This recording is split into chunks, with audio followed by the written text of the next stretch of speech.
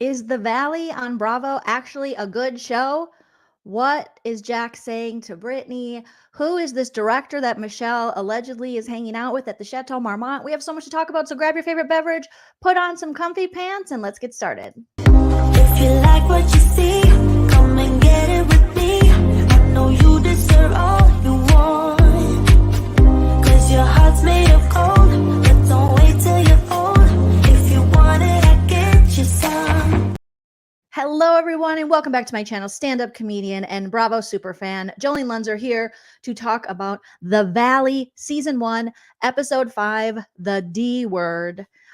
Today, we're going to roast it. We're going to recap it the way we do. We take a comedic look. Remember, I'm very opinionated, but you're welcome to have your opinion in the chat, even if it's different from mine, or in the comment section, and we can all just agree to disagree. And as long as we're not being buttholes to each other. So first things first, you guys, a couple housekeeping things. Let's smash that like if you haven't already. Please, please, please hit the like. Let's set a like goal for 300. Maybe we can hit 300. If you haven't already, please subscribe. We are over 37,000 subscribers, so thank you. On our way to 38 and then hopefully 40. That's the goal this year, get to 40K. See if we can do it. If you want to support the channel further than liking or subscribing, you can always send a super chat while we're live. I'll highlight your comment. We can talk about it. You can send a super thanks after the video post. Thank you to those of you. A lot of you sent me super thanks on the last video, so thank you so much. You can hit me up on the Venmo, PayPal, Cash App. And I received Gigi and Pam. Thank you so much for the very kind Cash Apps you sent me. And that is at the bottom of the screen in the description. Or you can become a member of my channel or support me on Patreon. Not necessary. Don't feel obligated. Just if you want to. So got that out of the way. We're going to talk all about this most recent episode of The Valley. And dare I say, I'm enjoying The Valley. You guys, I was fully prepared to dislike, bye Teddy, fully prepared to dislike The Valley, but I'm actually liking it. All right. And before we get into the roasting and the recapping of The Valley, very exciting news. If you didn't already see on my community post, it's official. My Arizona show is up on Mic Drop Mania. So if you live in Arizona, get your tickets today to see me in Chandler, Arizona at Mic Drop Mania, which is a wonderful comedy club. And there is a link pinned in the live chat. There is a link on my community wall. I think that's what it's called. And there is a link in the description of this video and many others. So August 8th at 8 p.m., I will be performing at Mic Drop Mania. I'm going to be headlining, and then my friend Amber Preston, who is hilarious, is going to be featuring.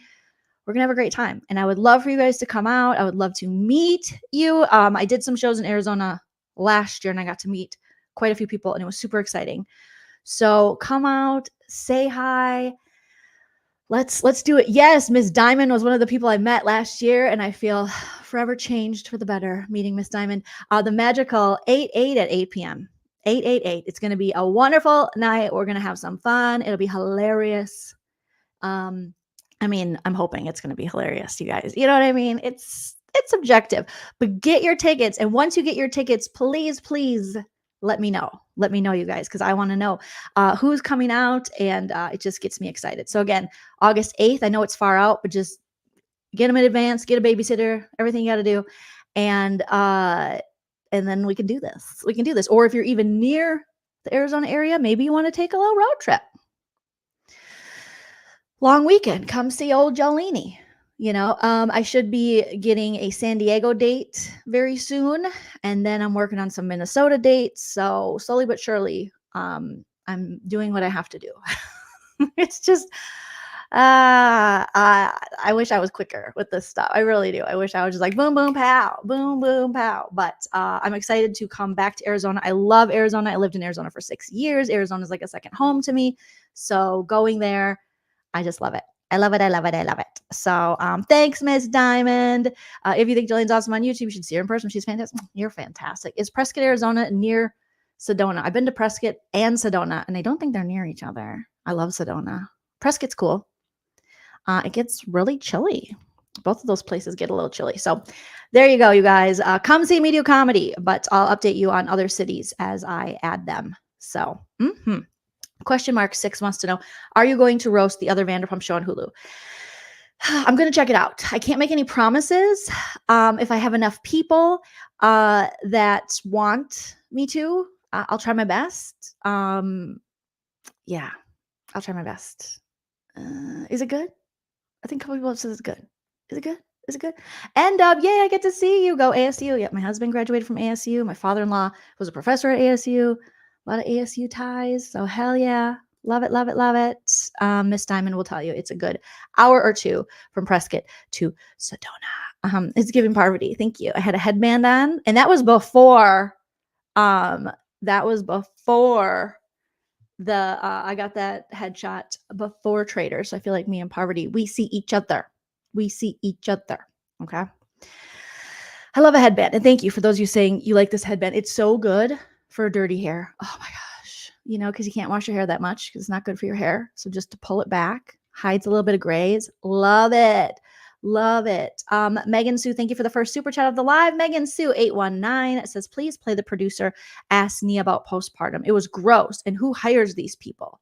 I'm trying to remember. I know her talking about postpartum, but the producer, was it in the episode that the producer asked her?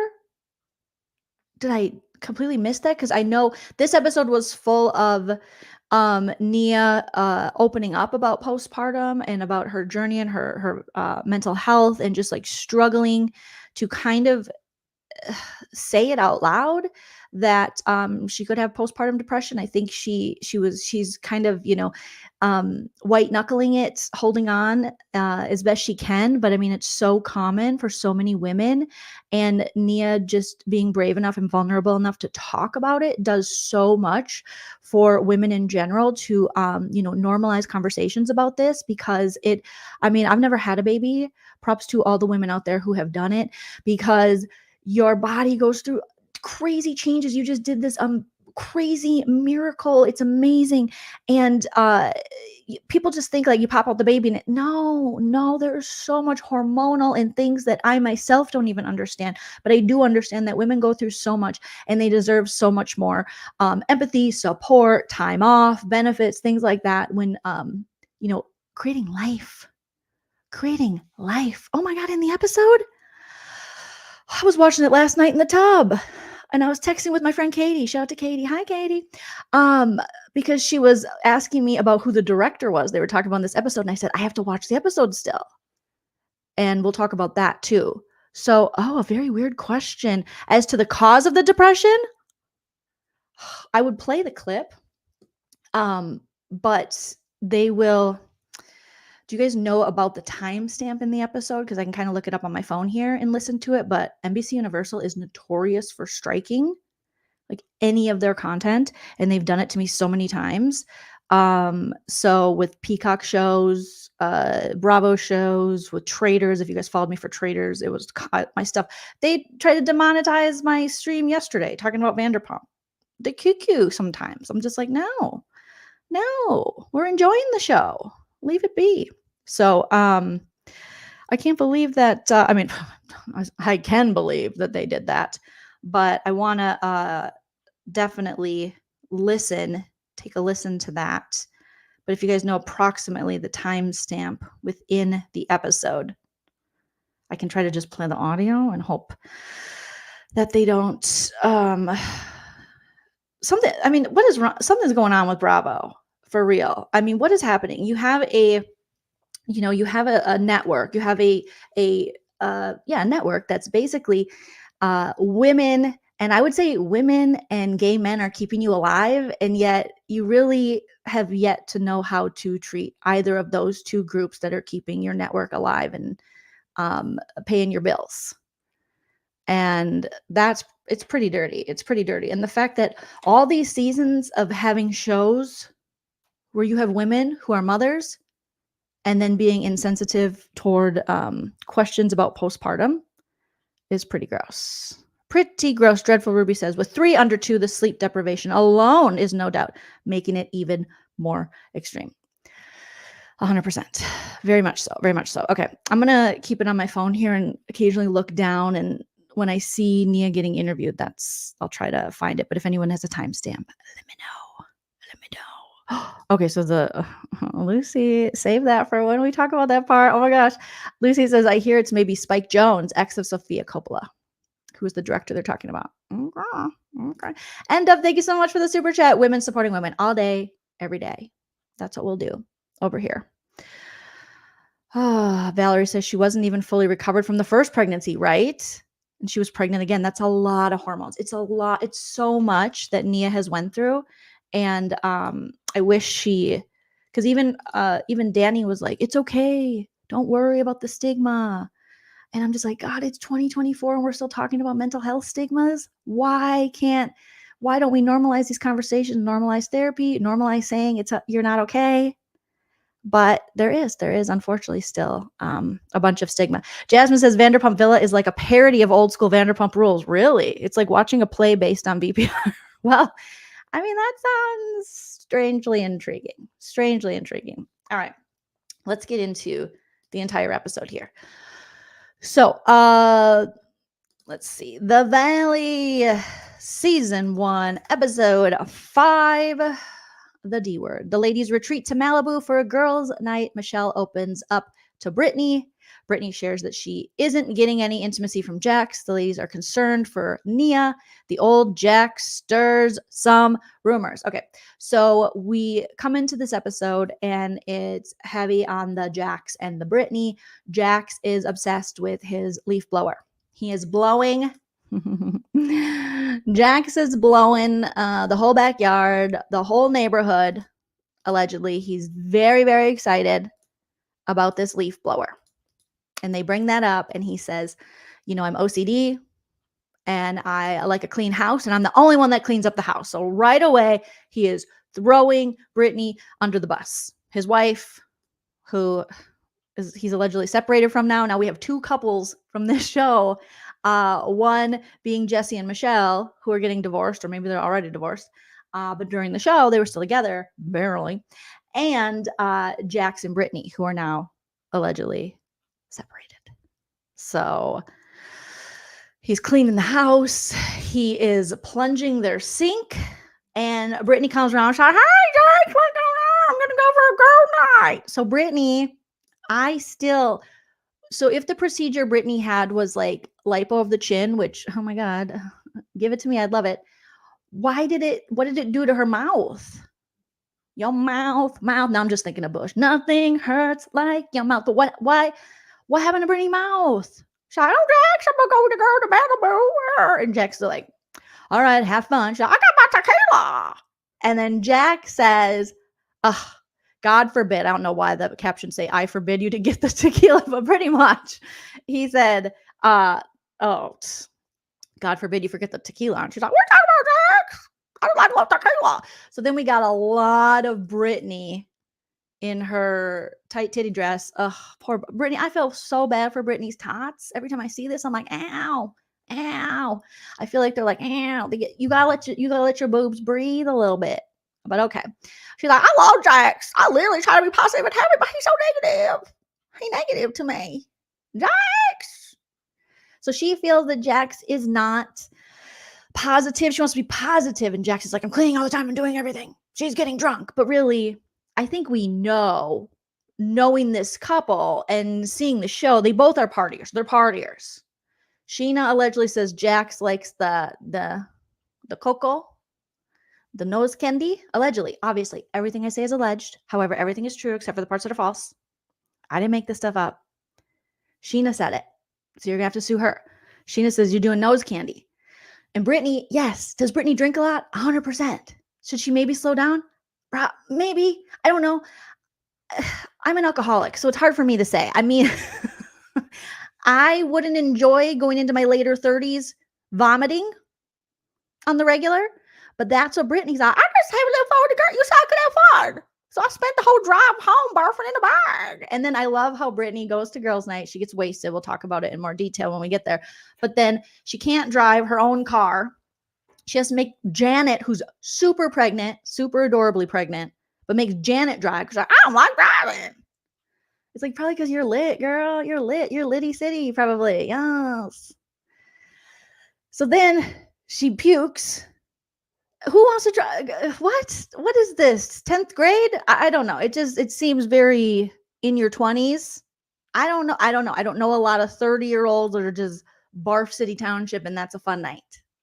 Okay, because as you get older, it gets harder and harder to recover from hangovers. And then she leaves the bag with the vomit in the yard. She's like, it's just a bag of vomit, jerks. The fact that they normalize that having a good time means you push it until you're sick, that's not good. Coming from an alcoholic, that's kind of like alcoholic logic. Like, no, that's totally normal. No, you're supposed to black out. What? You're supposed to party till you don't remember. Totally. But it's freaking gross. It's gross. It's gross, Brittany. And maybe when you first came on the scene and you're in your 20s, you're like, I don't have any tequila. But I still remember Brittany when she had that medical condition with her stomach. And the doctor was like, Brittany, you cannot drink alcohol. She goes, even tequila? And he was like, even tequila. Oh my God. Okay. I'm still going to have tequila. And they went to Mexico and Brittany was like, I'm just have a little bit. I'm just going to sip. I'm going to have some shots. But I feel like Brittany was already in party mode. Being on Vanderpump Rules all those years, she's partying. She's married to Jax. He's a partier. And then she's got to stay married to him. There's probably, just me speculating, there's probably some self-medication going on. You know, she's probably medicating herself having to be married to Jax. And you guys know my feelings about Brittany. I don't believe that she's this like sweetheart that she wants us to believe she is. I just don't. I see the dirty side of Brittany. I see the stuff she says, the little backhanded comments she makes, even in the after shows this year, and about Vanderpump Rules and Katie and Ariana. And I think her and Jax have more in common when it comes to being like snarky mean than she lets on. I feel like I'm very opinionated about these two. I feel like Jax and Brittany, they're fame whores. They both just want to be famous. And that's fine. You know, it's like a Spencer and Heidi, but Spencer and Heidi kind of grew up a little bit. So these two need to get to the point where they grow up. You know, Lucy says Brittany can't drink at all without blacking out and getting horribly hungover. It's a red flag. It's a red flag. And if you have stomach pain, girl. But what I didn't like was then Jax was like, you need to sober up. We're going to have kids. You need to be a good mom. Well, then you too. Why don't you support her? If your wife is really going through that and you're allegedly, well, we see a partier, but allegedly maybe on the nose candy as well, why don't you lead by example? You know what I mean? Why don't you two do it together? You can't just blame her and say she's a bad mom. But I do agree that they both need to calm it down. And if she is trying to get pregnant, probably the best thing is not to be drunk all the time. But I don't know. That's what Kristen Doute's doing. Kristen Doute's like, oh, me and Luke. Oh, I'm such an empath. Me and Luke, we just like banged on because last episode they had Danny and Brittany come into their new 2-bedroom apartment, and Luke, aka Welcome to Plathville, wanted to surprise Kristen Doute. And so he was like, ooh, lay down some candles, put a massage table. I literally hope they had to buy that massage table or they burned it because they defiled it. She was like, we didn't even make it to the bed. 40-year-old Kristen is talking about sex a lot. And she's like, maybe get yourself a 32-year-old about Welcome to Plathville. I don't know. I know sometimes it's the dudes you least expect and don't look like they can just like throw down in the bedroom or on the massage table, but nothing about Luke screams sexual healing, sexual healing.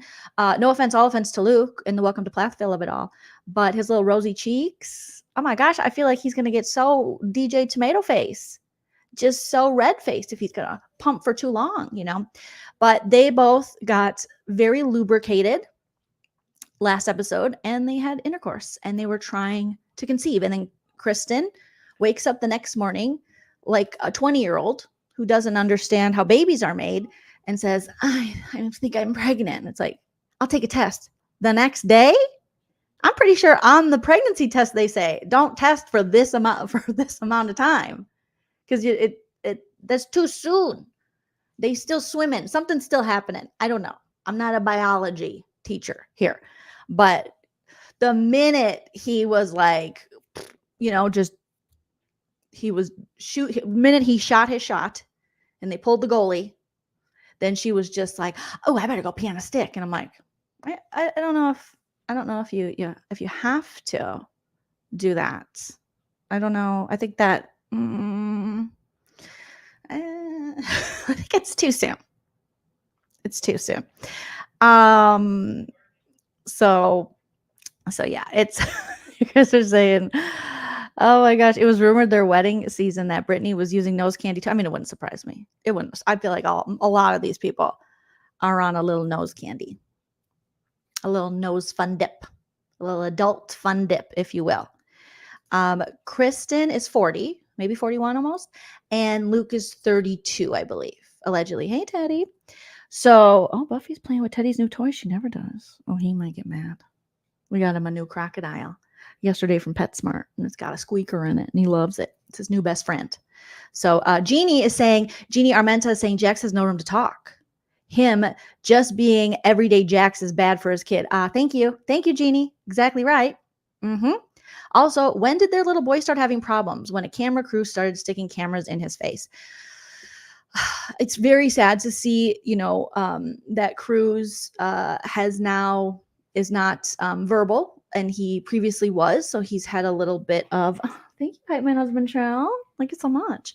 That he has had, he's having some speech issues, and my heart breaks for him. And I don't know if it would have anything to do with the cameras. I see what you're saying, but I think that parents of children who have had this similar journey could speak to this far better than I, but I know just with my little niece, who is now going to be 10, there was a time where I was talking to one of my friends who works with children as a speech therapist. And I was really worried because she was so animated and all these things, but she just wasn't talking.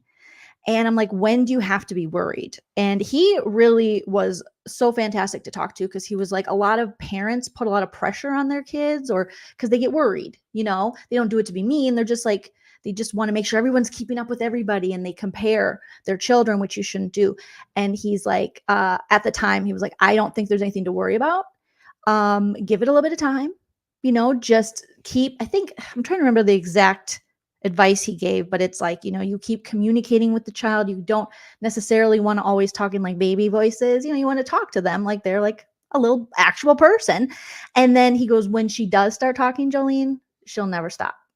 And sure enough, Lucy is just the most talkative, fun, smart, witty. And I know that's not every child's journey. And if you do have a little bit of regression, I'm sure there are, child speech therapists who can speak on this, maybe someone in the chat. But thank you, Monica, for that timestamp. But I feel for Cruz, and I really don't think it's healthy for any of these people. I don't need to see their kids. I've talked about this before. I really don't need to see their kids on TV. I don't.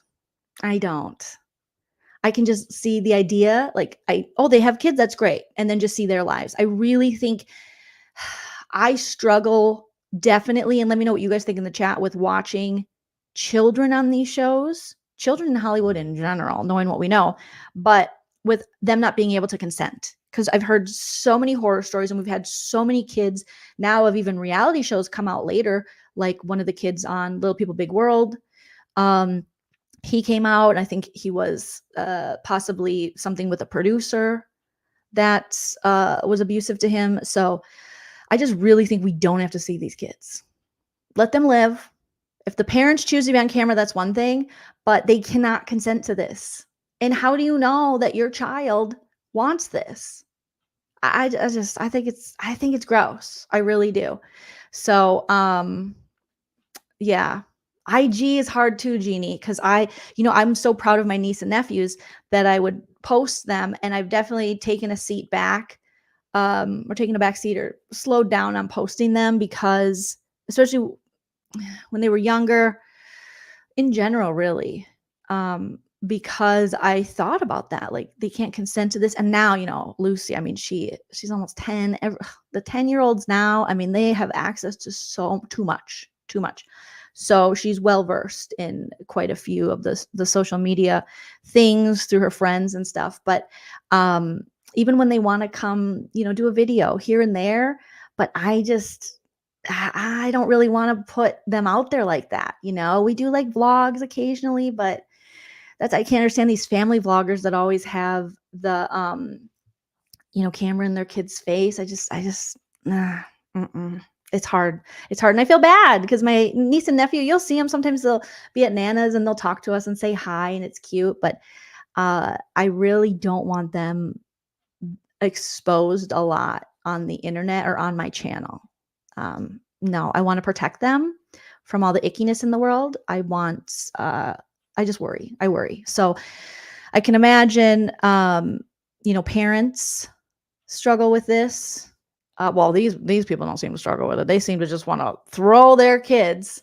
That's like the one thing I agree with Randall, Lala's ex. I don't think he's doing it for the right reasons. I think he's doing it to piss her off. But keeping their daughter off the show, I think, is something that's going to be so helpful for her as she grows up. Kids should not be on camera. Kids should not have their whole lives filmed. It doesn't seem like it'd be healthy, until you can consent.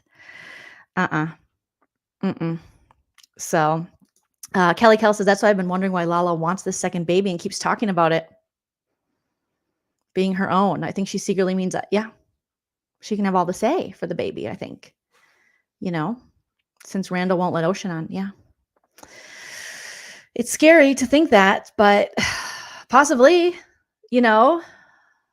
right? I just feel for Cruz. I just hope the best for him. I hope the best for Jax and Britney when it comes to their speech therapy, but I don't need to know his journey with that. That's very private. And that's this child. That's his this is his fucking life. This is his life. And he can't consent to this shit. And his image will forever exist on there. And will he see any of the benefits or profits from it? Probably not. Half these child stars, and I mean, there are no like unions or protections, I don't believe, for reality TV people, which is part of the like Bethany Frankel reality reckoning. So definitely there's no protection for the kids. So it is very scary. It's very scary. Lucinda says that poor boy had cameras in his face. Then they separated. Yeah, right. Not just different bedrooms, but different houses. Ugh. He's gone through a lot.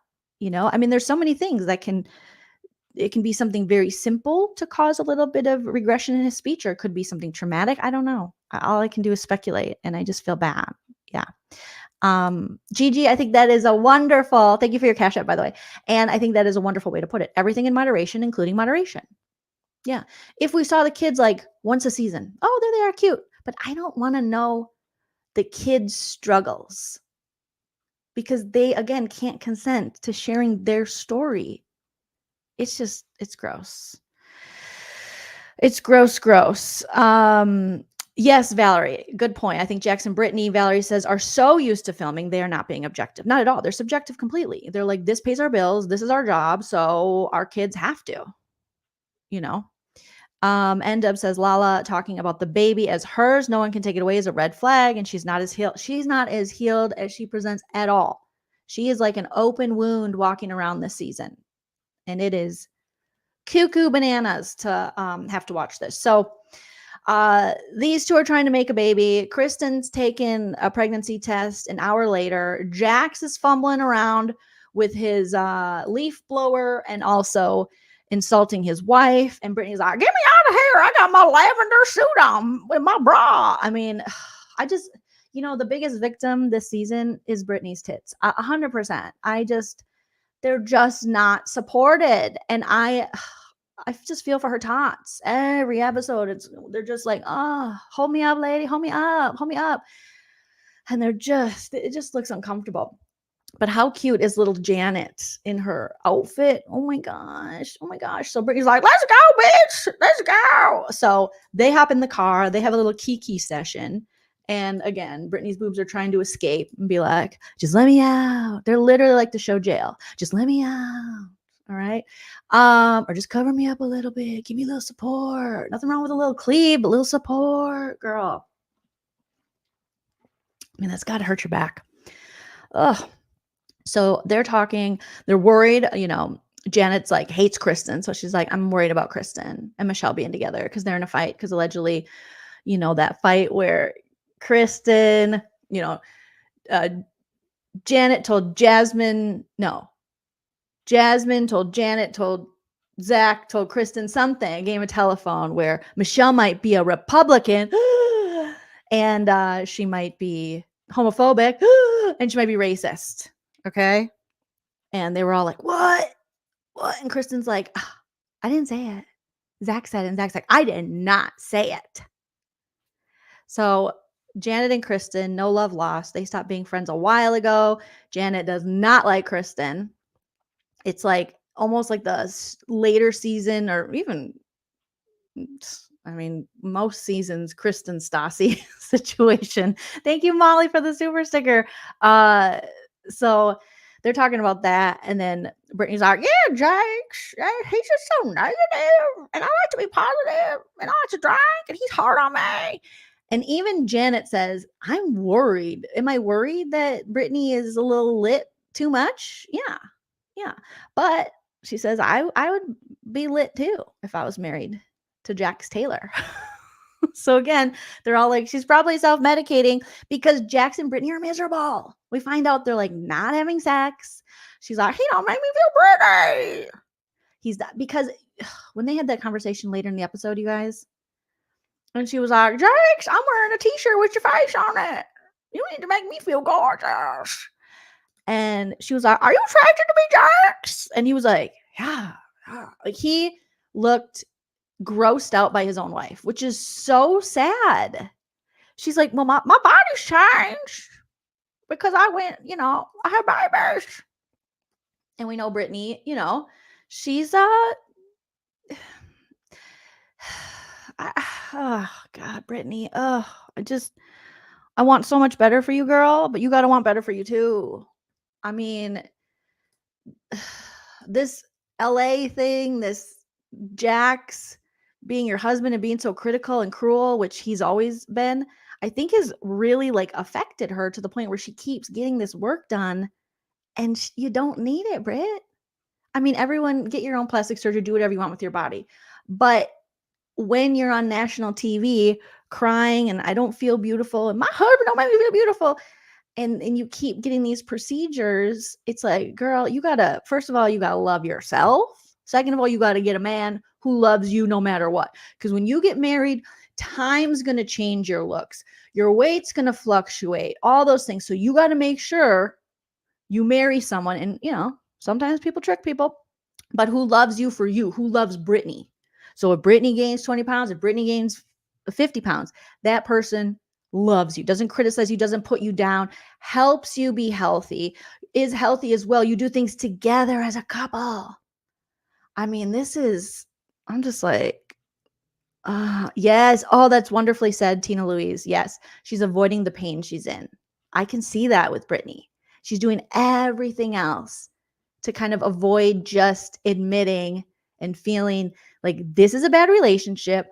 I feel bad about myself. My partner is making me feel horrible about myself. I don't trust him. I don't know why I ever married his ass. Rotten hell. Yeah, I don't think the plastic surgery it's not going to heal these wounds that she has.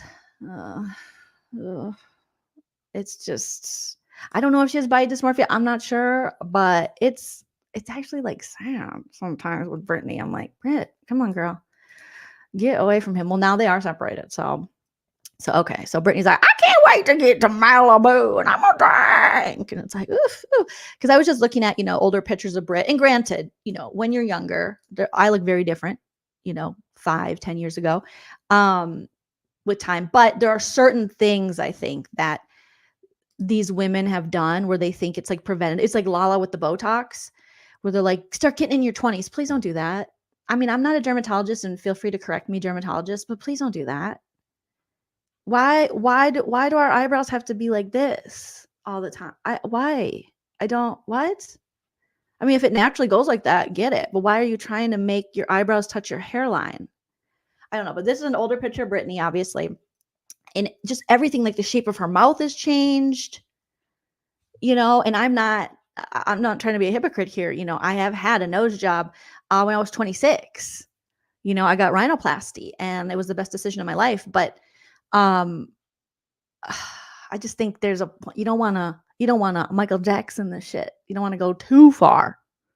I'm not saying you can't get Botox, but I just don't think you need it when you're like 25. It was when Lala, I think, started. Yeah, Brittany knew who Jax was. And Brittany's like Jax in that way. So, but I can't help but empathize with her struggles with her body.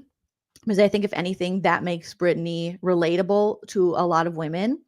And you're not all going to bounce back and look like Lala after a baby. That's just not how it works for most women. And hormones and time. And it's just, we get dealt a hand that is very unfair. And then you get menopause and perimenopause. And there's all kinds of things that we have to struggle with and that affect, our weight and all these things more than men.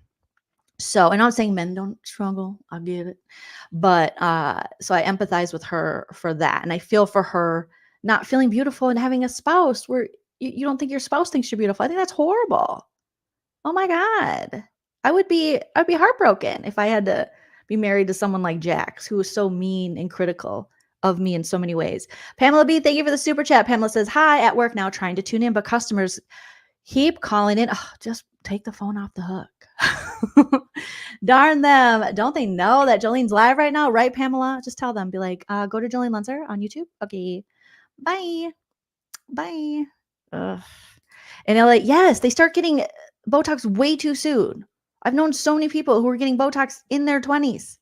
They're like, no, it's preventative. I'm like, I don't know. I have a dermatologist. Once I moved out of LA and I went to a dermatologist outside of LA, she was like, no, I think it's too soon for you to get Botox now. And I'm 44. But in LA, they'd be like, oh no, preventative. But she's like, no, I don't think. She's like, what parts are you wondering about? I'm like, I don't know. You tell me. And she goes, no, I'm not going to do that. And I'm like, oh my God, she's so ethical. Because she could have easily been like, oh, bitch, there's a line. You got some 11s. You got some stuff going on. Because I definitely have wrinkles like a human. And she was like, no, I don't do that. You tell me if you have a issue, an area. And I was like, oh, oof. Right? I think preventative is a scam. I think it's to get your money. Money. Yes, boomer. I would love to see Brittany get her implants removed. I think she would feel so much better. Remember Jax, who wanted her to get plastic surgery to begin with? She would feel so much better. She needs boobs that fit her body. Those boobs are too big for her body. She's not a big framed lady. She's actually pretty petite. And them tots is too big. Too big. Ugh. All right. So they're headed to the girls' weekend. So basically, Naya has a friend who was I think she's like in the pageant. And so Naya's friend has this Malibu house that she had rented for her or something. And she got another gig or something. So she called Naya and she's like, hey, do you want to use my Malibu house? And Naya's like, yes, because she's got 3 kids under 2. She's got these twins and then she's got this cute little son. So mama is tired and mama's been struggling with postpartum. So she's like, sure. So everyone's like, oh, girls night, let's do it. And everyone is coming to girls night. Thankfully, this guy didn't come to girls night. He went to boys day. So there was a girls night in Malibu and there was a boys day. So let's talk about the boys day. Jax has people over, right? He's got all the guys over and they bring the kids. Now Danny can't come because Danny's AC went out in his apartment or condo or whatever in the valley. So it was 86 degrees and he's got the twin infants and a toddler. And so he's like, sorry, guys, I got to figure this out. I got to get this stuff fixed. I can't leave. So instead, Jax has Jason over, who's still waiting to be a dad. Him and Janet are just constantly in their house, which it's a little dirty. You guys got to clean your house up a little bit.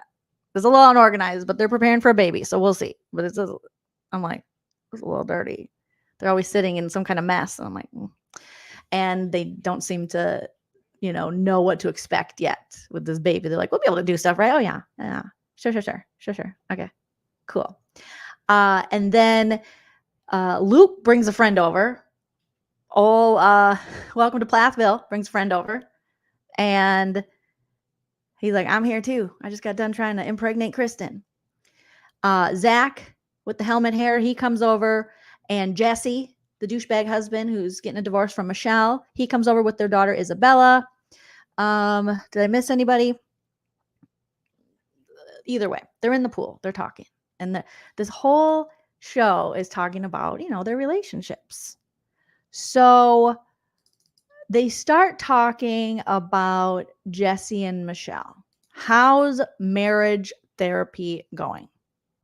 And Jesse said, horrible. And I'm like, how can it be going horrible when you got this guy who seemed to be doing a great job leading you in your marriage coaching or whatever? I know he's not like a certified therapist. I think he's more of like a coach, a relationship coach that they got a referral from their friends who said that he really helped them. And he's like, it's horrible. It's really bad. We just keep blaming each other for shit. And Jesse is wearing a fedora while saying this, which is so problematic. Like, so problematic already. As if you haven't been douchey enough, a fedora in 2024, brah. Next, he's going to show up in a pair of True Religion jeans and just blow our minds. Thank you, Megan Sue 819 for the super chat. Megan says, Jax said going on reality TV and opening a bar is horrible for a relationship. Then he did both. He wanted out. Oh, yeah. It's called the Kelsey Grammer effect. And I'll be doing a video about this soon.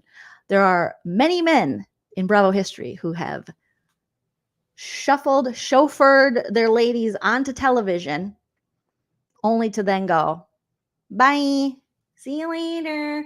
So many relationships that are already failing. I feel like the men go, here you go, Bravo. Now, in this case, Jax still wants his job there, but then he also wants Brittany to have a job because he doesn't want to have to pay for all her stuff. But it's the Kelsey Grammer effect, just like Kelsey did to Camille. And he was like, oh, and then he already had a lady and then they had kids and it was really dirty, really dirty. But yes, I agree with you. He wanted out. So douchey Jesse is there and he's like, oh, we keep just yelling at each other. You did this, you did that. And it's not good. And then they start talking about Michelle. He says Michelle got herself an apartment like last year or something and was about to leave. And then he talked her out of it because he's like, I want to keep the family together for Isabella. And I think that's nice. And I wish you guys would work it out. But your wife explains your relationship as like the longest booty call ever, the longest one night stand. And it seems like you're on two different pages and it seems like she doesn't really want to be with you anymore. And I think it's maybe too late for you to mend this. I mean, if they really worked at it, maybe, but they seem to hate each other. I'll just say that. She seems to hate you, sir. She's got a lot of resentment, she says, from during the Panakuchen. She said they had their baby, their little girl, and, everything was closed. And so he stayed home and helped her. And then once everything opened back up, he was gone.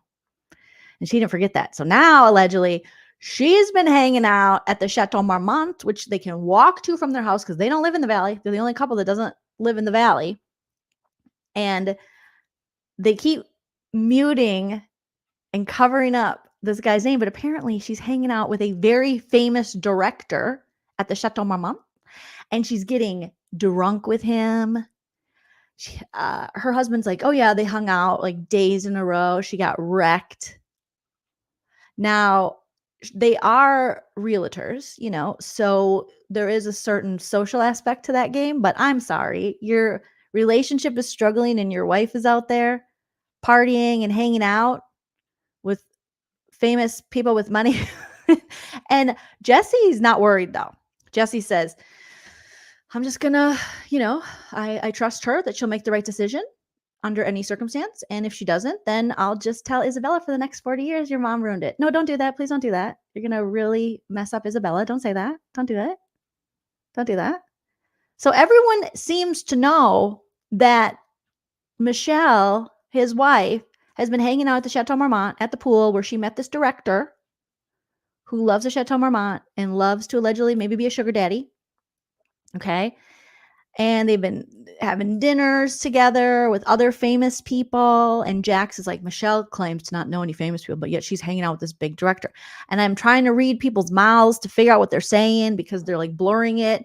You know, Jason's saying, is this director in Malibu right now? What's going on with that? And as Jesse is saying, I'm not worried. No, I don't think anything's going on. Jax and pretty much everyone looks like they know something. Again, Jax is like, Michelle is hanging out with blank right now. They're making a joke right in front of Jesse, like, your wife's probably hanging out with this director. I'm thinking, what is going on here? You're joking right in front of this man's face. And Jesse, he doesn't seem fazed by it. He's like, yeah, no. I mean, Jax, his face through the scene was, he couldn't contain it because he knows as Jesse's talking, just like, no, I mean, it's fine. It's business. She says it's business. He's like, and then, oh, welcome to Plathville is back there too, Luke. And he's like, so, and then Luke gets more and more weird about it. And he's like, so are you saying that if you found out something that Michelle did and did something and made a mistake, would you take her back? And Jesse goes, no, not cheating. If she cheats, we're done. He's like, oh. And then everyone's face drops something, and they all allegedly know that Michelle has cheated or is cheating or is with someone else.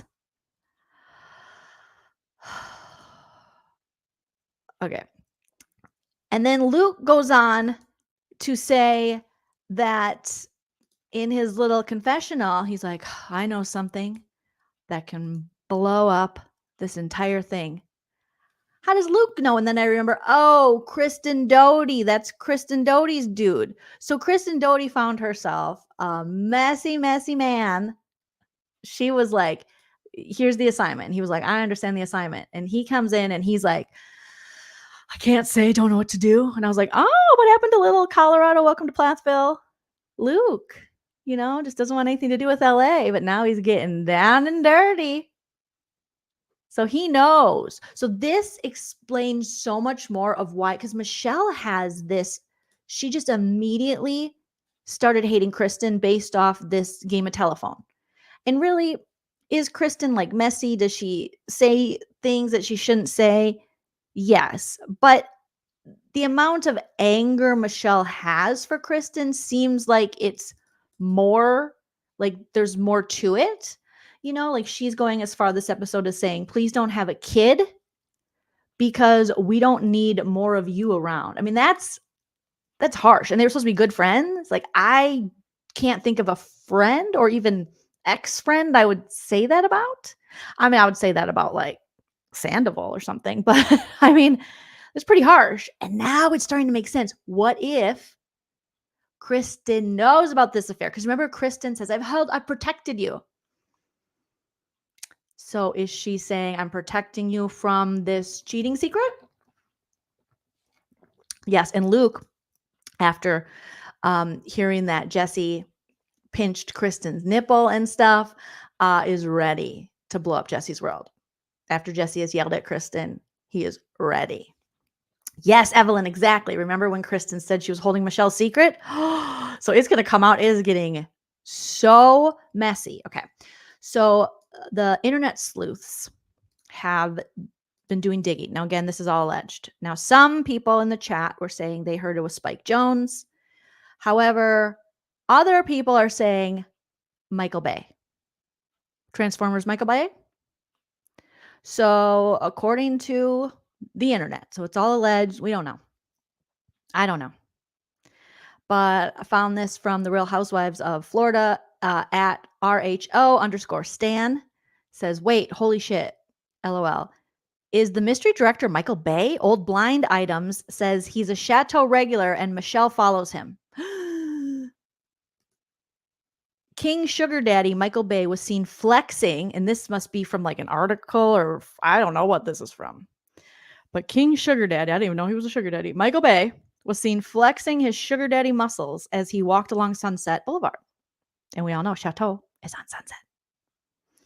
Or, I mean, yeah, it's like, yeah, right? Yeah. With his latest mystery hottie. Okay. As he walked along Sunset Boulevard with his latest mystery hottie, and Michelle's a hottie, once he saw the flashing cameras, he split from the chick headed in another direction. They were both headed toward the Chateau Marmont in West Hollywood.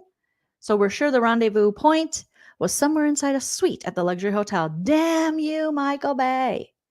And I don't even know nothing about Michael Bay because I don't even like Transformers like that. What else did he do? So Michael Bay, oh, he's like a grandfather.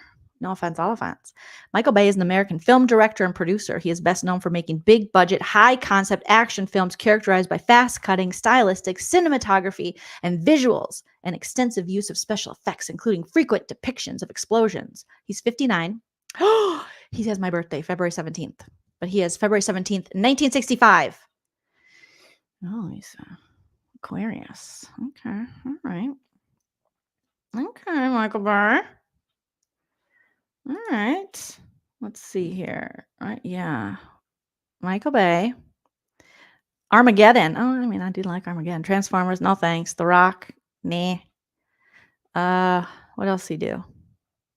The Forever Purge? I don't think I saw that one. A Quiet Place. Oh, I do like A Quiet Place. The first Purge, like the actual Purge, I do like the Purge movies. Okay. So obviously very successful. Worked with a lot of people. Didn't he have issues with like Megan Fox or something? I don't know. I could be making things up. But people are saying he's way too old. I mean, he's pretty, that's pretty old. And how old is Michelle? How old is Michelle? Okay, let's see. Michelle Lally, is that her name? Michelle Lally? The Valley. So, right away it comes up. Luke Broderick claims he knows a big effing secret about the lollies. Ooh. All right. The Valley age. So let me know in the chat. She's 36. Oh my gosh. So she would be a lot younger than Michael Bay, who's 59. Would be 60 next year, right? Okay, so that could be her daddy. Not her granddaddy, at least. But I mean, he could have had her. 20-year age difference. Very Crystal Minkoff and Rob Minkoff age difference, I guess. You know, not crazy for LA, for Hollywood. But I mean,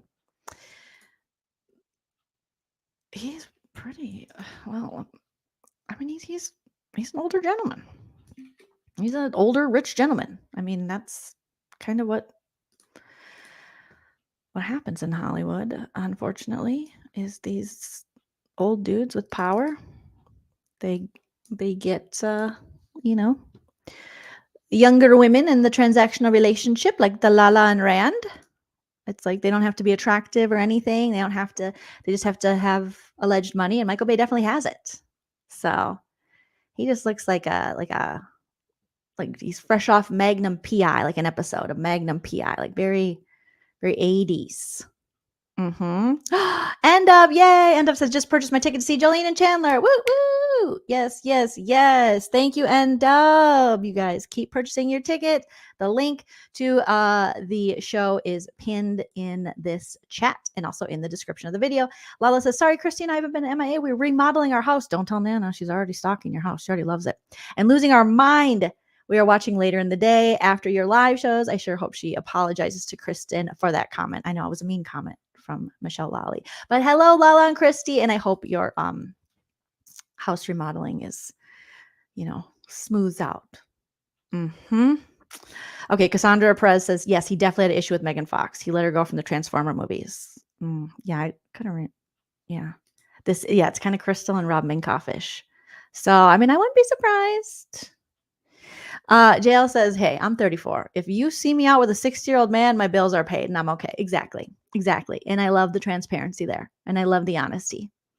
Because really, why else would you be with? Did you guys, I know this is a little off topic, but when Russell Simmons' daughter, one of his daughters, was dating that old man, that old rich man, and they went on a trip, I like followed that story. I never did a no offense, all offense segment about it, but it was gross. She's like early 20s and he's like 65. And he took her to San Tropez or something. And she was like, my boyfriend. I'm like, he's a grandfather. You can't call grandfather age people boyfriends.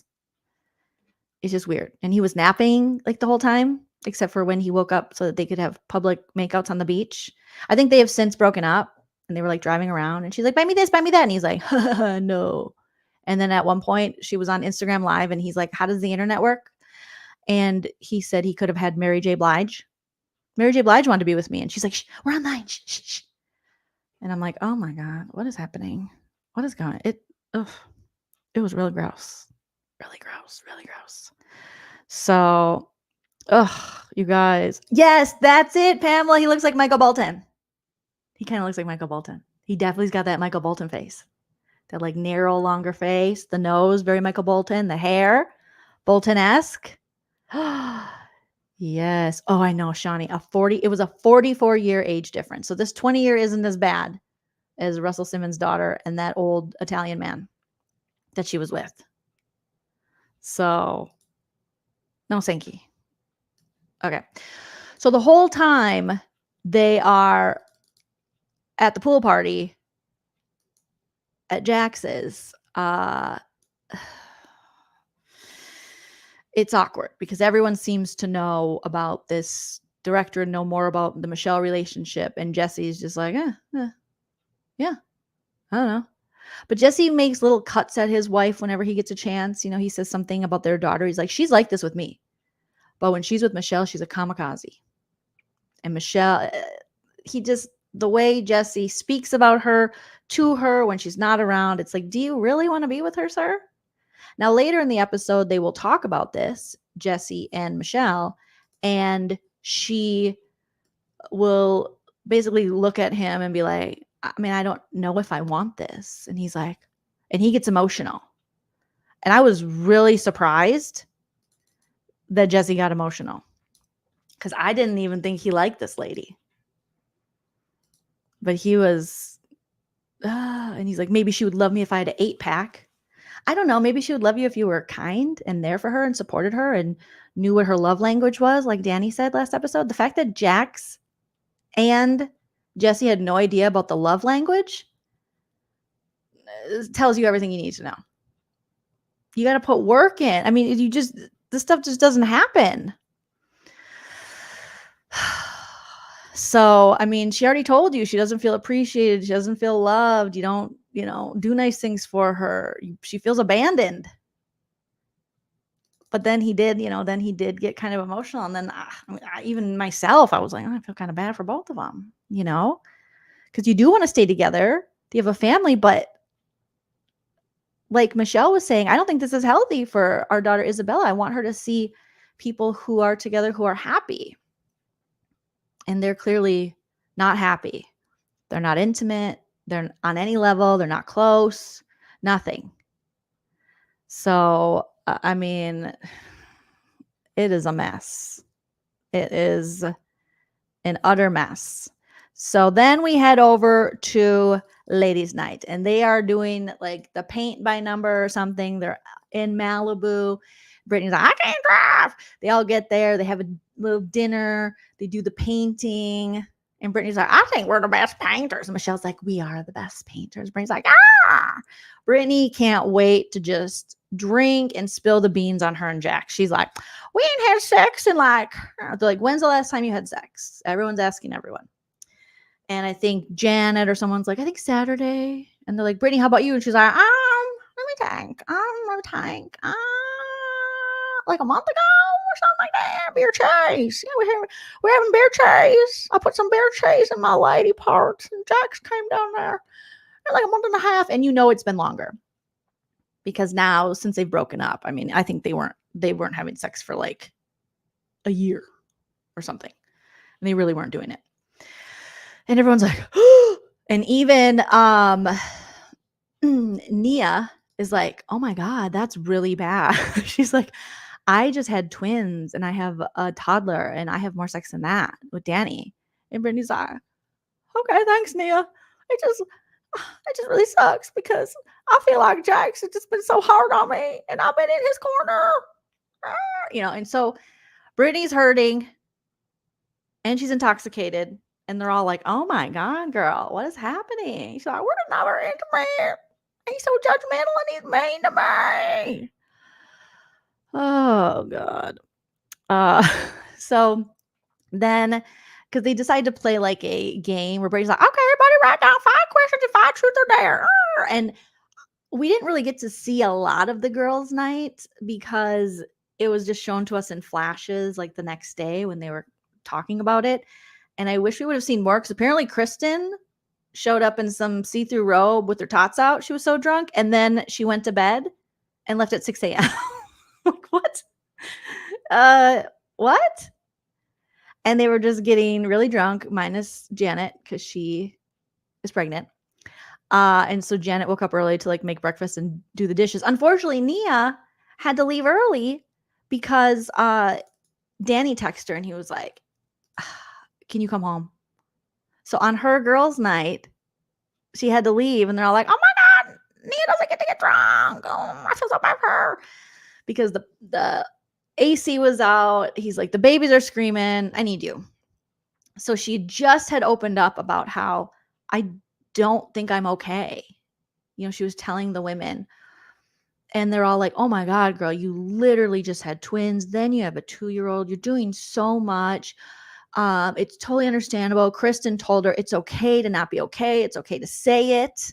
But I also think Nia probably just guessing, coming up in a pageant type universe and world, she was, taught to put her best foot forward and to just smile through it. But that's not how it works. When you are going through, whether it's a depressive episode or postpartum, some kind of mental health crisis like that, you can't white knuckle it. You can't think it's just going to go away on its own. That's not how it works. So that's why it's always, good to reach out to people. It's always therapy, medication, whether, not everyone's for that, but if it helps you long-term or short-term, there are a lot of ways that you can go about this, but it's hard. It's hard to admit. And I would imagine it's even harder for women because you're told like you just had this baby. You should be so happy. You just had a baby. Oh my God, you have a baby. You have a family. You have a husband. You have 2 babies. You have 3 healthy babies and a husband. Why are you depressed? And it's like, there's nothing to do with that. It's the chemicals. It's not like I'm just choosing to be depressed here. Okay, this is like a medical condition. Postpartum. I have all the hormones running through my body. I don't want to be sad. But I think it's often looked at as you're not being grateful for what you have. I hate when people do that shit. I do understand the value of just overall to count your blessings. I get that, and to look at the positive things you have. But when we say that as like, that's the solution to people, oh my God, people have it way worse. You should be no, comparing that is not helping at all. It's not helping anybody. Let people feel their feelings. You know what I mean? This isn't like some kind of weird competition. It's like, oh my God, okay, yes, people do have it worse. They're like, you could be on the street and starving and all these things. And it's like, that says you're not helping. You're not helping. I know dad calling mom to come home on the girls' night. No, I know. I think it's difficult because she's breastfeeding and they're just have so many little babies and to tag team it. And I don't know if her mom was there because the next day we see that her mom is there. So I don't know. Nia has just a lot on her plate.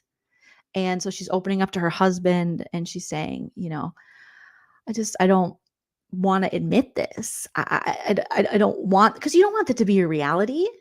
Of course not. You don't want to feel like shit. You don't want to feel this like overwhelming sense of like dread and this just heavy, depressive episode just fall on you. And it hits at crazy times and you feel like you have no control of it. Anyone who's experienced anything close to this knows, and this might be her first time really, experiencing something like this. So she's just like, I thought it would go away. Because I think people assume, it's not gonna happen to me. until it happens to you. So yeah. Yeah, I think he was overwhelmed in unusual circumstances with the air out and stuff. I didn't really I didn't hold anything against Danny for that, because I feel like I would want my husband, if he was struggling to under those circumstances, to call me. I would want to be there. And she got up right away. Like, Nia is the chick.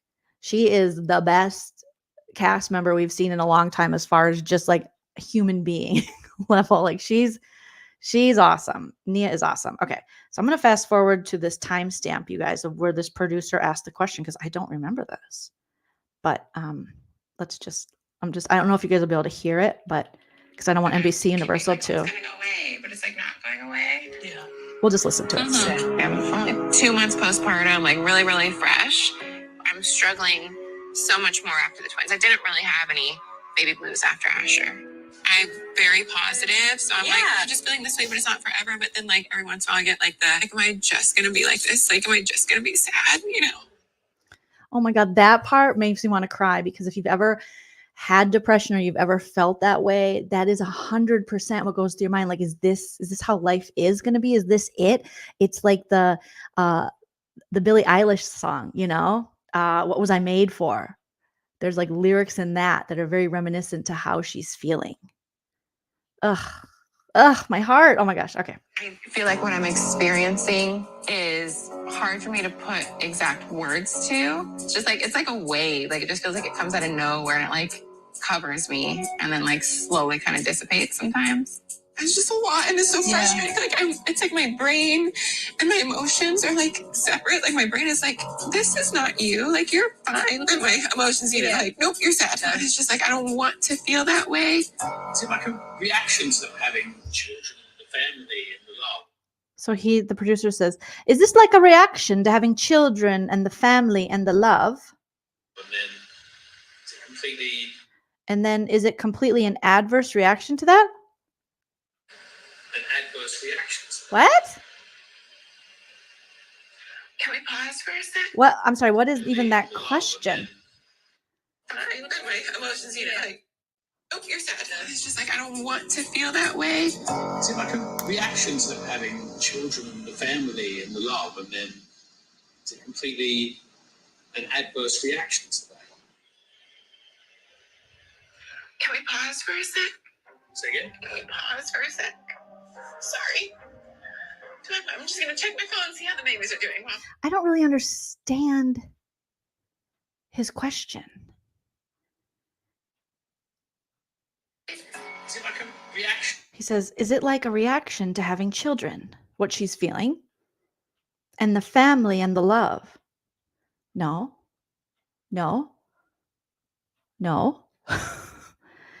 And then, Having children and the family and the love, and then is it completely is it completely an adverse reaction to that? What? It's such a weird question, but it does seem like it's putting the onus on her. It seems like it's almost blaming, to be like, oh, is it your reaction to having a family and love? Almost like she's doing something and she's not. It's very common, sir. Like the basics of your body and your hormones and the chemicals in your body and everything. And you just did this crazy thing and created life, and they sucked all your juices and everything from you. I don't understand. Why doesn't he just say postpartum depression? I know that, back like when my mom was having kids, she said that they would call it the baby blues. So I do hear Nia reference the baby blues. I think it's just like a cuter way, but there is like a medical term for this. Yeah, the producer does not like, you have so much. I feel like that's again what we were talking about earlier, is you have so much. There's no way you could be depressed, So a simple Google search, he could see that postpartum depression is a medical condition that many women get after having a baby. Many women. It's strong feelings of sadness, anxiety, worry, and tiredness that last for a long time after giving birth. Those who develop postpartum depression are at greater risk of developing major depression later on in life. Symptoms might include insomnia, loss of appetite, intense irritability, difficulty bonding with the baby. Untreated, the condition may last months or longer. Treatment can include counseling, antidepressants, or hormone therapy. I know that I have had friends who have suffered with this, like to the point where people can feel like they want to take their lives. I mean, it's very serious, dude. So these kind of cavalier questions of almost seem a little blamey and confusing. What are you saying? What's happening here? This network. Yeah, very accusatory versus supportive, because you see the difference when she talks to the women in the group, her friends, and they're just like, "Oh my gosh, honey, no, like it's fine, say it, it's okay." You know, they're very understanding, like this is normal. They're normalizing and saying, you know, they're validating her feelings, but also not making her feel bad about it, and saying that, look at all you've done and been through. Of course you're going to feel this way, you know, say it, you know, encouraging and supportive and encouraging getting help. Where this guy, I don't know what the frick he was saying. I don't think he understands. Yeah, it's very serious. This isn't just, so I think when people say the baby blues, you know, they make it like cute, like just kind of sad. No. These can lead women to take their own lives. Like this is really, really serious. Oh God. Judy saying, I had that, and my unsupportive husband at the time told me it was all in my head. Yeah, well, no shit, Sherlock. Do you want to get in there and, you know, help with chemicals and things? Like, it's almost like he's being an asshole at being like, you're making it up, but also validating that, yes, this is a medical condition that you're not creating. It made me feel alien and hopeless. Thankfully, I got through it. Oh my God, I'm so sorry for any woman that has to go through this and not have a supportive partner or supportive friends or supportive group, because this is some bullshit. I mean, oh my gosh. And so then she takes a break and she says, I need to look at pictures of my kids, make sure they're okay. I bet you she just wanted to be like, what question is that? What are you saying? What are you saying? But again, it's you seem to have it all.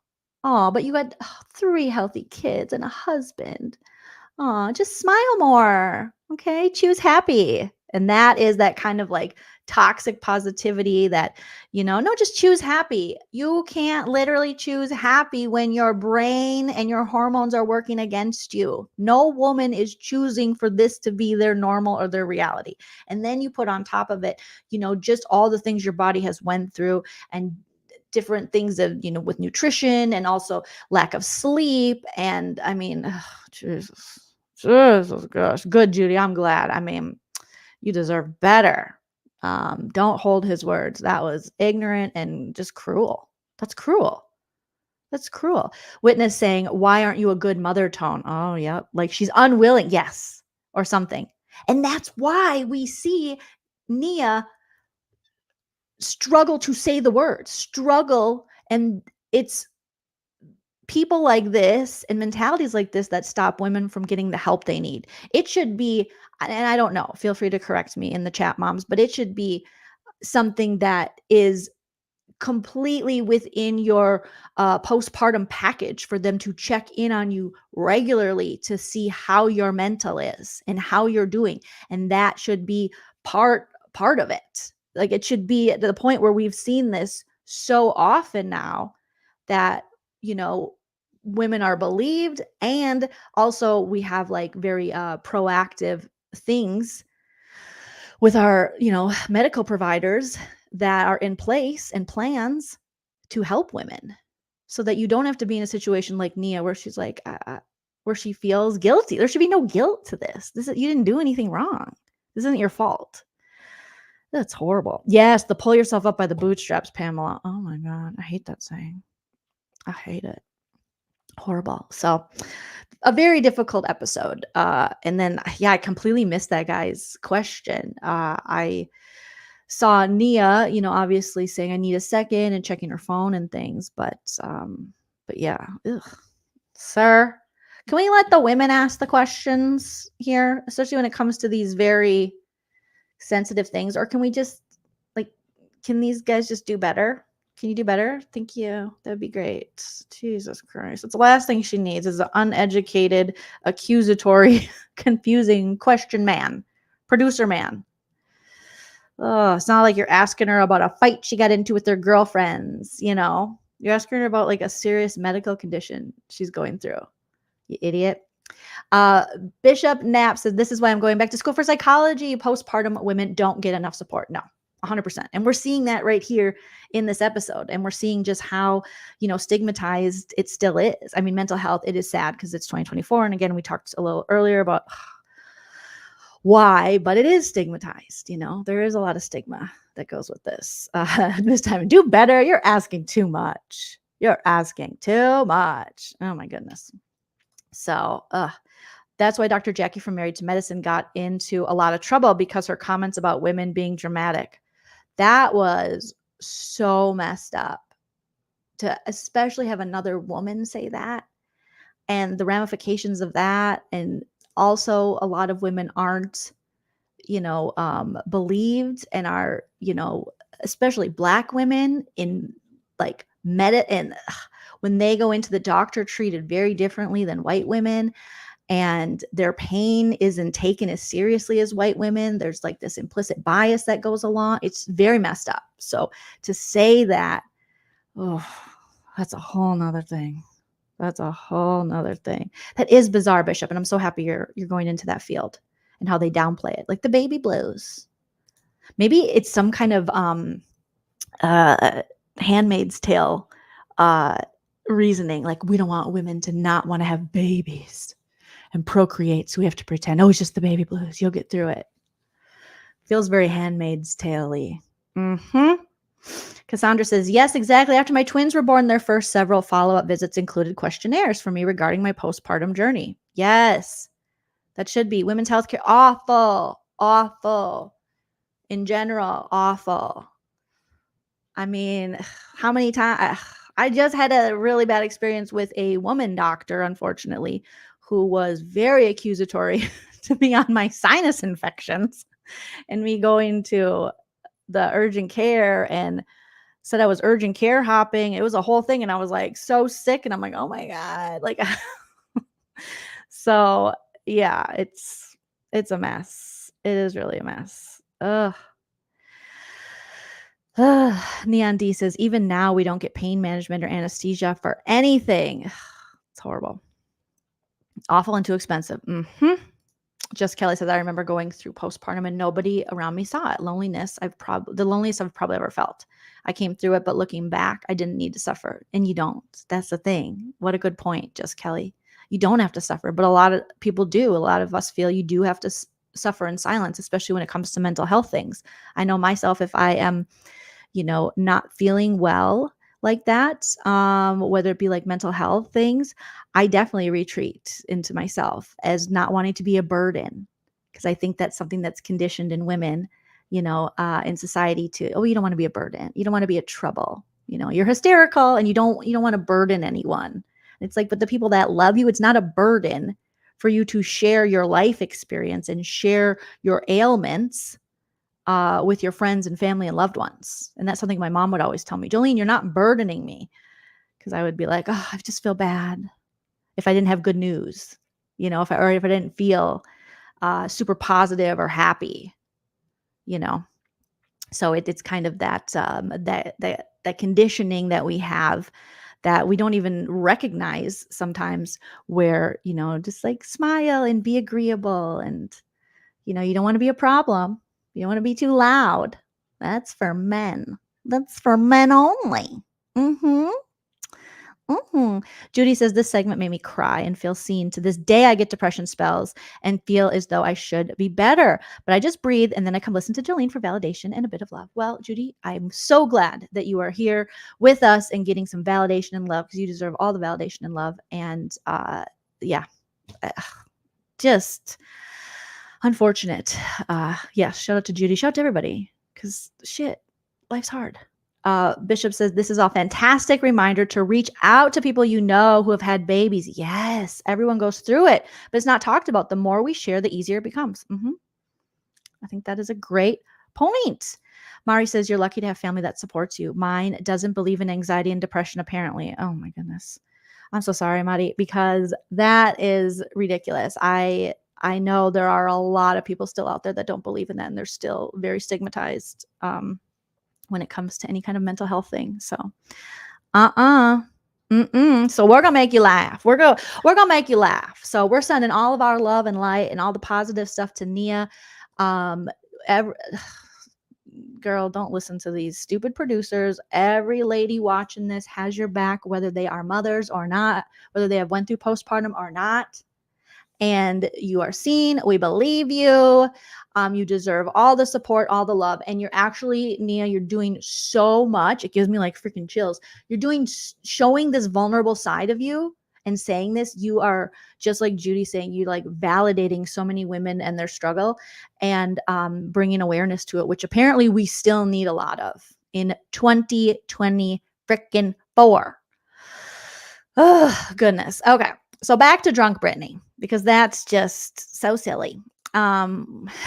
She wakes up, it's like 11 a.m. and Janet's like making eggs. Like, hey, what's up? And they're like, oh, who got stuff for Bloody Marys? Who was that? And they're like, oh, Brittany. And Brittany's like, I don't want your life. I don't want no liquor.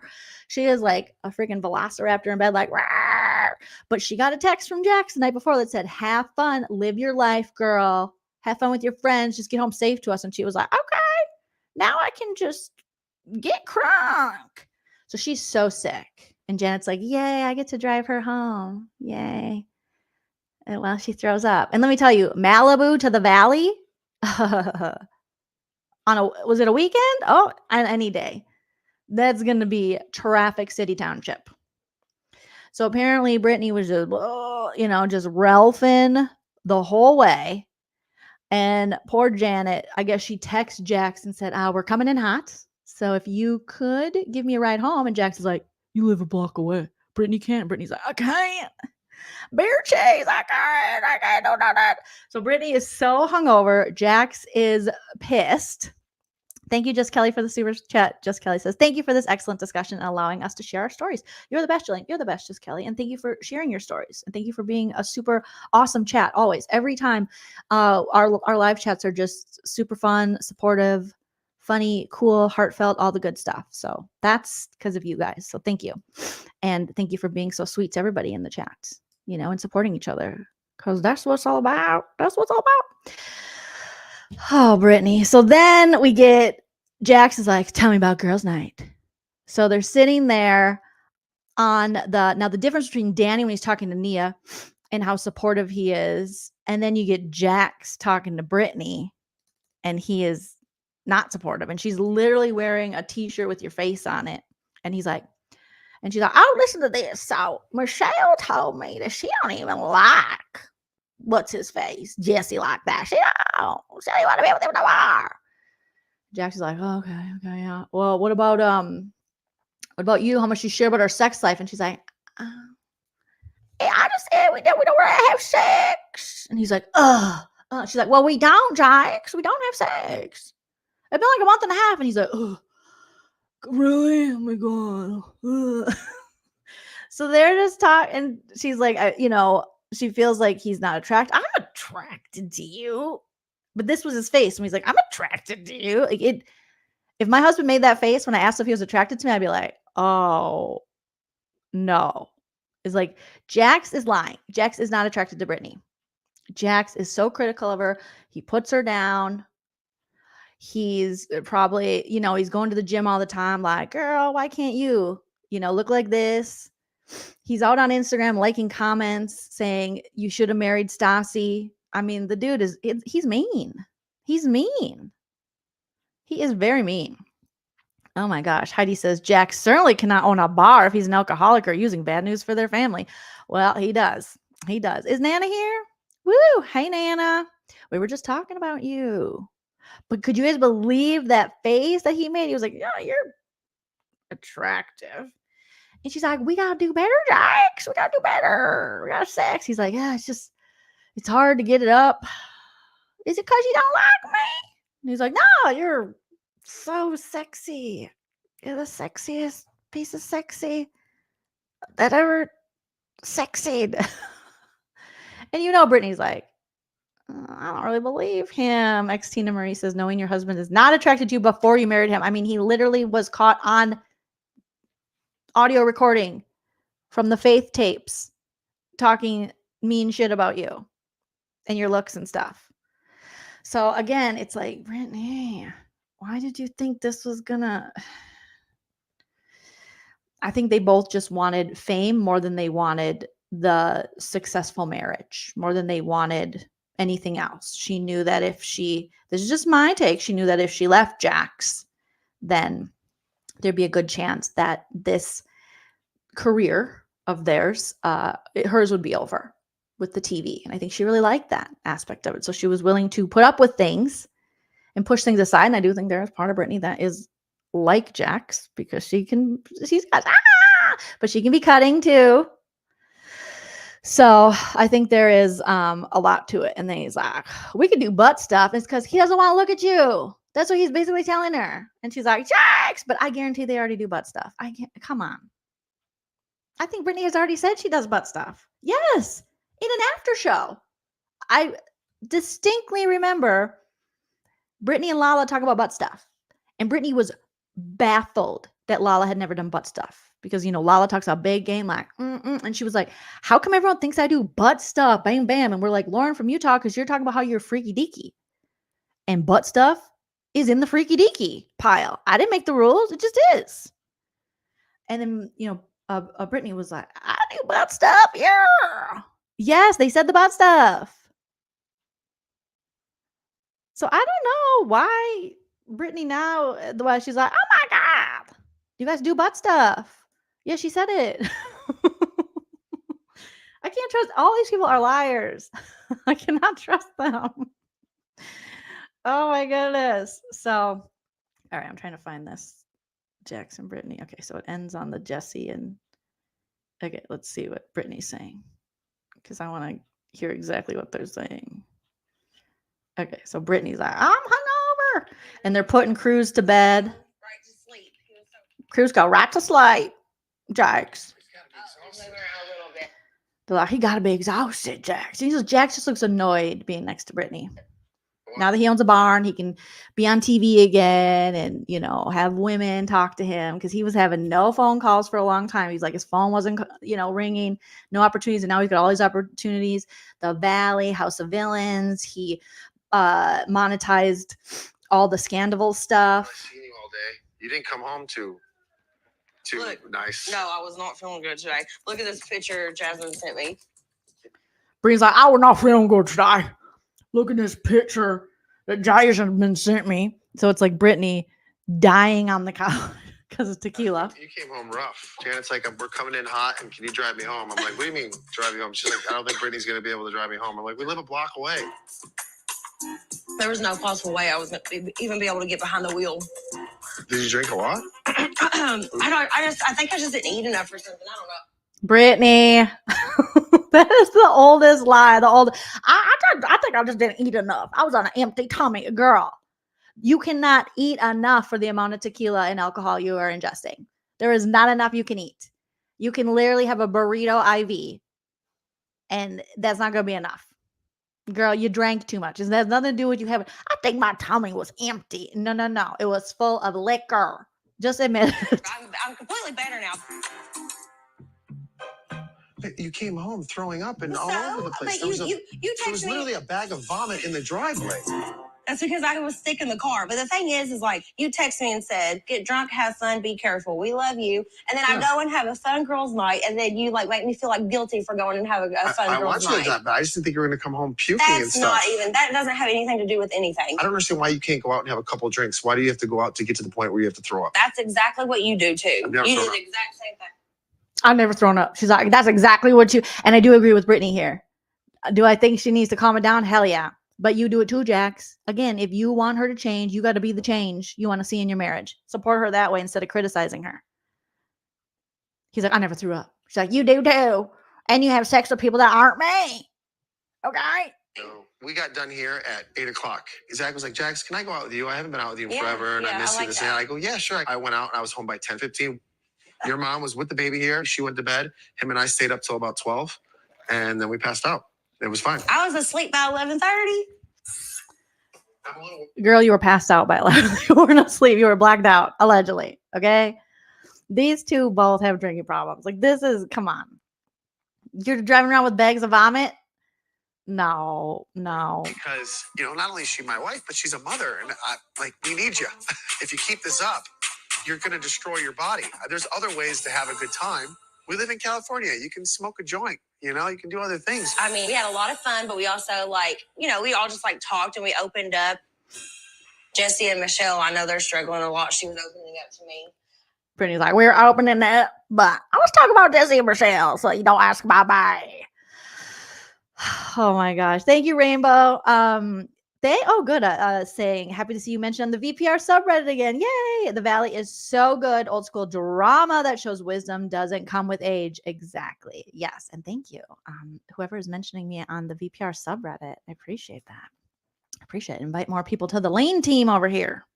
Whenever I was talking about our issues and stuff, I was like, but he's like my best friend. I love him so much. Like, no matter what, I know that we're going to be together. We're a good team. And she was like, I don't feel that way about Jesse.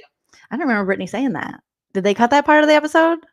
I told her, I said, listen, Jax is like my best friend. Is my type. We're going to be together till the end of time. We're always going to be together. Nothing's going to put us together. We're always going to be together. Nothing's going to drag us apart. We're going to be together. And I just remember you being like, he is not nice. He doesn't support me. I've always had his back. He doesn't have mine. We don't have sex. And I don't think he finds me attractive. He don't make me feel good. But okay. That just made me sad. And Isabella's only a year older than Cruz. So I want us to be able to work on us right now so that in 1 year, we're not where they are. How deep into our sex life did you get? Everybody running around and said, when's the last time that they had sex? And I said, like a month and a half. Everybody running around. I like, when the last time I had sex? I said, like a month and a half ago. I love how some people, they're like, Joleen. Some people get mad. They're like, that is really mean to Southern people. And I'm like, no, I'm doing Brittany's accent, not anybody else's accent. I love Southern people. What are you talking about? But some people get really mad. But it's like, that's literally what she sounds like. It's a boomhauer. I didn't make it up. Go. Step up the game. It's just, there's been a lot going on. We've had so that's much not going an excuse. on. You can at least try a little bit. Make me feel sexy or something a little bit. You're right. But I know it's my fault. That was kind of sad. You can try a little bit, make me feel sexy or something. And she was saying that before. She was like, when do I get my date night? Where's my date night? Mama here gonna watch your kids. Mama here. She kind of talks like Angela from 90 Day Fiance. Mama here. Mama gonna talk there. Boomhauer from King of the Hill. Mama here. When do I get my sexy night? And he's like, Jax, you are the horniest piece of horny that ever hornied. So either you're not attracted to her, or the drugs are stopping your boner, or a combination of the two, allegedly. Every time I go to bed, I'm like, yeah. Wow. It doesn't make me feel like you're attracted to me or something. Of course I'm attracted to you. I know, but I need more. Oh my God.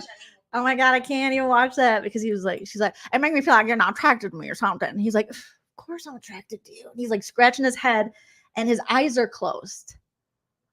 This dude is not a good liar. We know that about Jax. Of course I'm attracted to you. I'm sorry. I had some tequila too. Words of affirmation. I need words of affirmation. I need my love language. He goes, is that at CVS? He doesn't even know, Brittany. He don't know what that is. Love languages. I do all that stuff. I always say good I don't know. stuff. I just, after having the baby and with my body changing so much and everything, I get just a little self-conscious. So I just really want you to make me feel beautiful. I agree. I'm just stressed out. I'm stressed out with a lot of things. Whenever you're in a serious conversation with someone and they start yawning, they're lying. That's a lot of people's lying tells. A lot of people. I don't think I was cheating. No, I went to take a shit. Jason left.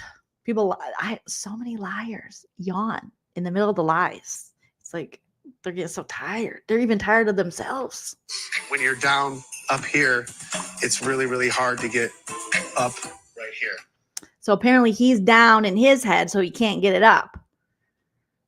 So Jax is depressed? I don't know.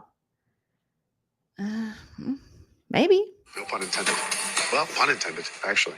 Pun intended. Yeah, but sometimes you take that stress and you like get so worked up about the smallest little things and then put all that anxiety on me and then I start freaking out. You know what I mean? It's because I'm OCD and I overthink and in my mind, I can't shut it off. I deal with that as well, but like I'm trying not to take it out on you. The reason I'm so stressed out right now is because I've been at the bottom. I know what it's like to sit around and just wait for the phone to ring for a long time. Now I've got too much going on, and now that's becoming a problem. It's like I can't fucking win. I can't win. I just. Oh my God, he's got the Tom Sandoval, Tom Schwartz problem. I can't win. I can't win for trying, for not trying, for losing. I can't win. It's just everything. It's happening to me. I didn't do it. God. Make everybody happy, and it's so hard. Sir, it seems like you're only trying to make yourself happy. You're feeding into all your shit. You want the house clean because you are dealing with some stuff. You want these things, but you're not reaching out to your partner, your spouse, your other person to see what they need. It just is about Jax. But that's how Jax has always been. So I want you to be able to talk to me and come to me and like, let's get through this. I love you to pieces. I just want to be able to talk to me and get there. You know, I love you to pieces. This relationship is horrible. Going nowhere. We're thick as thieves over here. Yeah, that D word does not exist in my family. No, so we're not. That's not happening with us. We don't do that. Okay, so date night. Except for now you're separated and Brittany's out there being like, he can do what he wants. Can we both I can go hook up with somebody else if I want to. Yeah, he can do it. So maybe they're going to just open the relationship up for a little bit, get laid by other people, and then stumble back to each other. I don't know. I'm so confused by these two. Sexy time. Sexy Make you time. feel good. A month? Has it really been that long? It's been like a month and a half, yeah. Jesus, our sexy time is going to last like 2 minutes. Should we try some butt stuff? Oh my God. Should we try some butt stuff? You already do it. Brittany already told us. Oh my gosh. She was saying like So then the last scene is Michelle and Jesse talking about their relationship, and we're seeing Michelle be like, yeah, I'm not sure if I want to salvage this marriage because you're kind of a dick, and I may or may not be hooking up with Michael Bay. I don't know. Or Spike Jonze. One of the two. Maybe, possibly, kinda. I'm not sure. And this is when we see Jesse get emotional and be like, oh. And I was like, I did not even know that he liked this woman. He's had like glimpses where he was like, oh, when you got mad, that was so hot. But when they were in therapy, he didn't seem to really get it. I think she said it's been 3 years. I've been miserable for 3 years. She was telling Brittany, 3 years is too long. I think I'm done. And now we know they are done. And they weren't compatible. They made a beautiful baby. Hopefully neither of them use that baby as a pawn in this or weaponize the kid against another parent, because it seems like Jesse was making that stupid joke. And it's like, please don't do that, because I worry about men like this who have daughters, because this is how you think of women.